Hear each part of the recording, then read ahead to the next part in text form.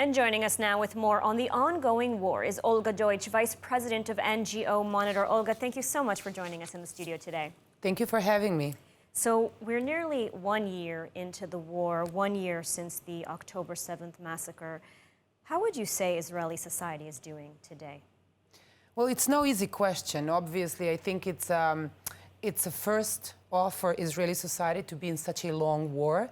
And most certainly, as we, paint October the 7th atrocity as the worst since the Holocaust that the Jewish people and obviously Israelis have endured, it took a very high toll on us. I think the absence of sort of a resolution, it leaves an emotional vacuum. On one hand, we are all hopes that the war will end soon, but at the same time, without returning the citizens of the north and securing the border, without resolving somehow the existent threat from Hamas, and even the missiles yesterday from Yemen, right, on the center of Israel, everything sort of lingers in the air. And I think everyone is very fearful also that we will not see a resolution until there is the new president in the White House, because everyone understands that U.S. now, as one of the main players here, is very busy at home. And, Prime Minister Netanyahu is saying that the situation in the north can no longer continue. So there does seem to be some sort of desire to reach some kind of resolution, whatever that may be. I mean, what do you make of this? Do you think that Israel will be able to reclaim its northern border? Well, I most certainly hope so. The question is, I think, not whether we will be able to reclaim it. The question is whether we will be able to do that diplomatically and through brokering some sort of a regional deal, right? Because it has to involve all proxies of Iran. Or will Israel have to go into the war? And on one hand, the Israelis are saying, oh, please, let us not go into more wars and have more casualties, both civilian and soldiers. But at the same time, there is a notion amongst the Israeli people that there is no other way, because if we just broke a deal with Hezbollah, a terrorist organization, a terrorist state, basically, then it's a matter of time when we will see another round of this. So we're somewhere trapped between these two. Okay. And I want to pivot now to your area of expertise, the international NGOs, the international community.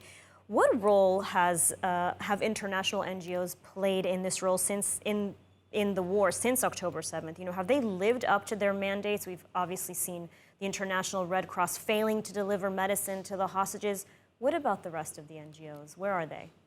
Well, it's not only have they failed, but they failed on multiple fronts. As you point, they have completely failed Israeli victims of both October 7th atrocities and everything that has been going on afterwards. How come not only did they not manage to get the medicine to the hostages, but no one has even visited the hostages? How is that even possible?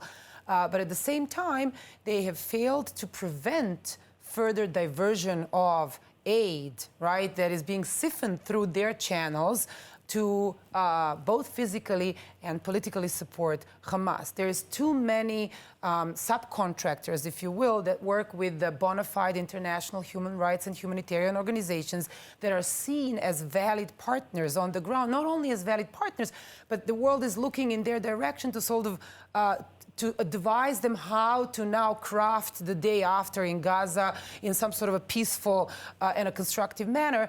And on the other hand, not only are they not providing a liable solution that would eradicate radical, Israel hateful, anti-Semitic, terror-driven agendas, but most of them are through their subcontractors and through abusing humanitarian aid, fueling the campaign against Israel, which is everything from the International Court of Justice in The Hague to International Criminal Court in The Hague, all the way to the arms embargo on Israel, because it is these organizations, oftentimes funded through humanitarian aid funds, that are filing lawsuits against U.S. and other governments to prevent it from delivering Israel arms when we need it the most. So it's a very complex situation. And at the same time, it's a historic opportunity to sort of have them play a completely different role. How do they use this enormous, like billions of dollars, to de-radicalize Gaza and actually help, first and foremost, Palestinians, but then obviously prevent further hate of Israel? And you mentioned the International Criminal Court of Justice and The Hague, you know, the International Criminal Court with warrants that are now seeking warrants against Prime Minister Netanyahu. You know, we have the International Court of Justice ruling on Israel committing a genocide in Gaza. South Africa has reportedly asked for a delay because they simply don't have the evidence. But will Israel be able, in your opinion, to get a fair trial at this court?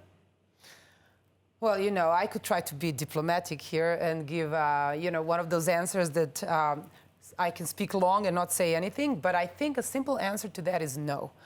When you have a court, either of them, right, the International Criminal Court or the International Court of Justice, as politicized and political bodies that have allowed to be instrumentalized by, let's just take a look at which states. You know, none of the states influencing these courts is a democratic or liberal state. So when you have these countries dictating the agenda and the rulings and sort of where the wind is blowing, then the hopes of Israel getting a fair trial, should it ever get to that, because at ICC Israel is not cooperating officially with the court, I think that option is completely ruled out.